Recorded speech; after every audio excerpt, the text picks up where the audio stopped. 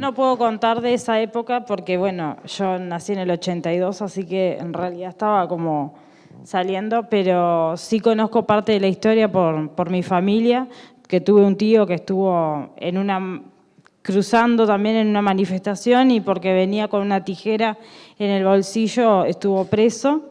Y también pasaba, ¿no?, de que un bombero que era conocido en el barrio, como lo conocía por la familia, fue el que se arrimó a avisarle a mi abuela dónde estaba y que se quedara tranquilo que iba a salir en tal fecha.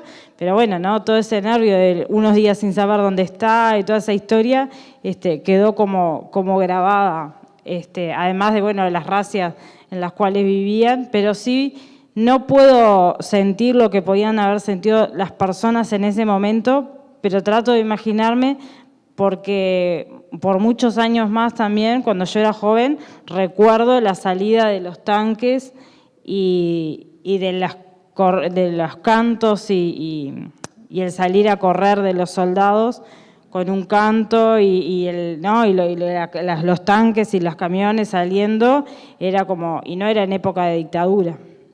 Era una época donde uno ya era niño, o sea y a uno le aterraba ver como todo ese montón de cosas juntas, los soldados quizás como que no lo entendíamos tanto ya en esa época y nos parecía como raro, pero sí cuando salían como, ¿no?, las camionetas y los tanques y todas esas cosas juntas, generaba como un miedo. Así que me puedo imaginar en ese momento donde además estaba todo mucho más intenso con otras cosas, ¿no?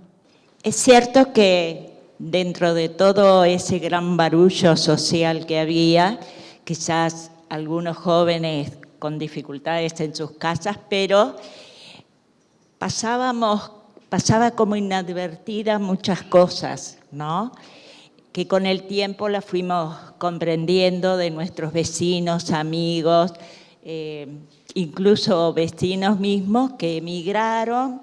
Bueno, se fueron del país a trabajar y quedaba por eso.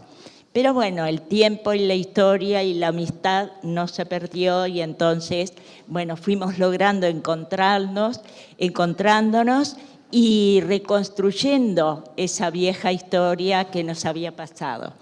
Pero tiene razón Miriam que tanto el grupo Scout como la parroquia fue un fuerte muy importante socialmente porque teníamos ese espacio que nunca molestaron a nadie, porque la verdad preparábamos teatro, como dijo Carlos, en lo que era el viejo colegio Camino a la Gruta, y salíamos a las 10 de la noche, íbamos en barra acompañándonos en el barrio y nunca nadie nos molestó.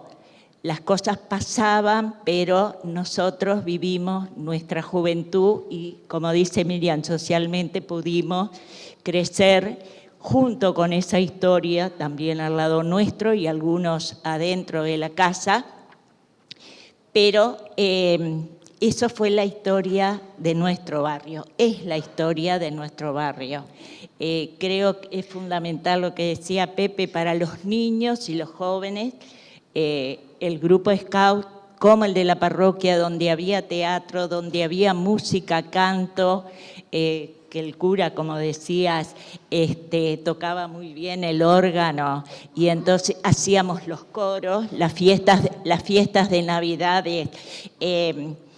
siempre se hicieron y en ese tiempo era a las 12 de la noche, salíamos, iban a la iglesia perfectamente, o sea que fue una vida, digamos que más silenciosa, pero que también nos aportó a nosotros para seguir sobreviviendo y sobrellevando también las situaciones difíciles que había. Así que bueno, era un poco eso, ¿no?, generalizar, y vemos varios de los papás que íbamos a cocinar a la intendencia, al grupo Scout por esas 2 semanas, acompañando a nuestros hijos también que iban al grupo, y realmente podríamos hablar toda la noche de esto, me parece, Carlos, Eli y algunos más. Gracias.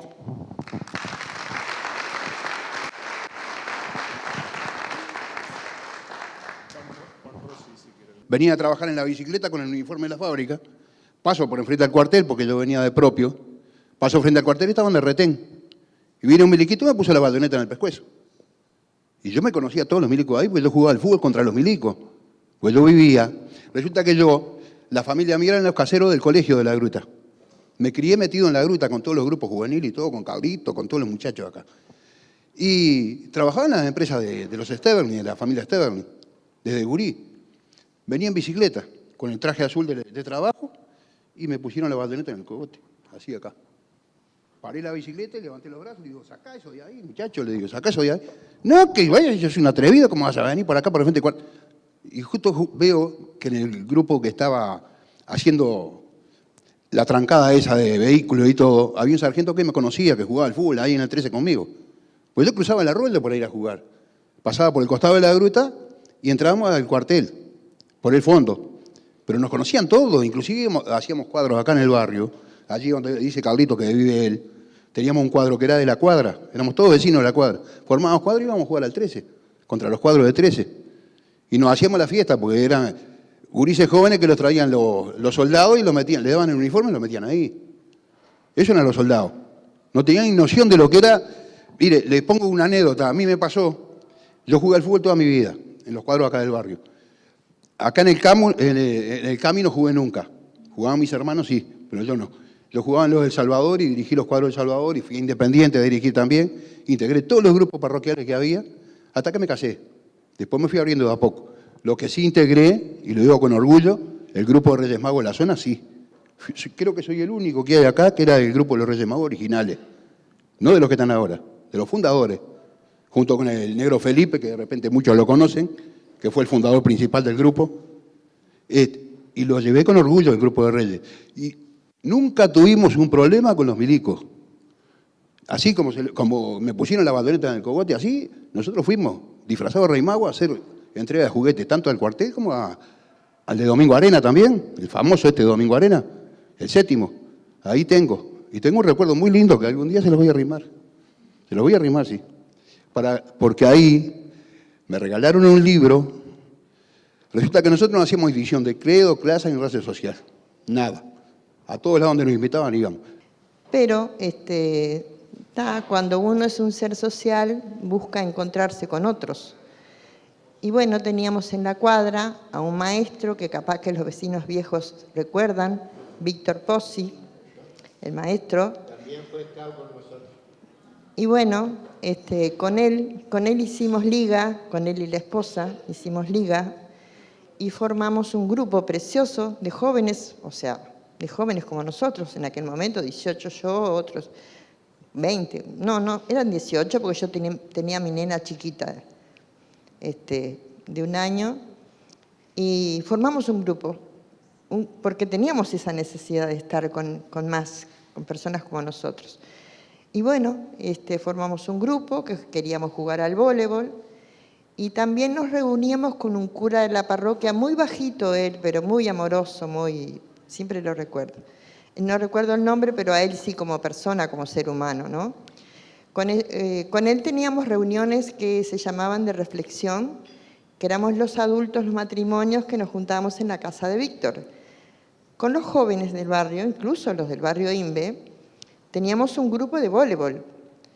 Para eso contamos con el apoyo del Cristo Divino Obrero que nos prestaba el espacio del patio y ahí jugábamos hicimos equipo de jóvenes, ¿tá?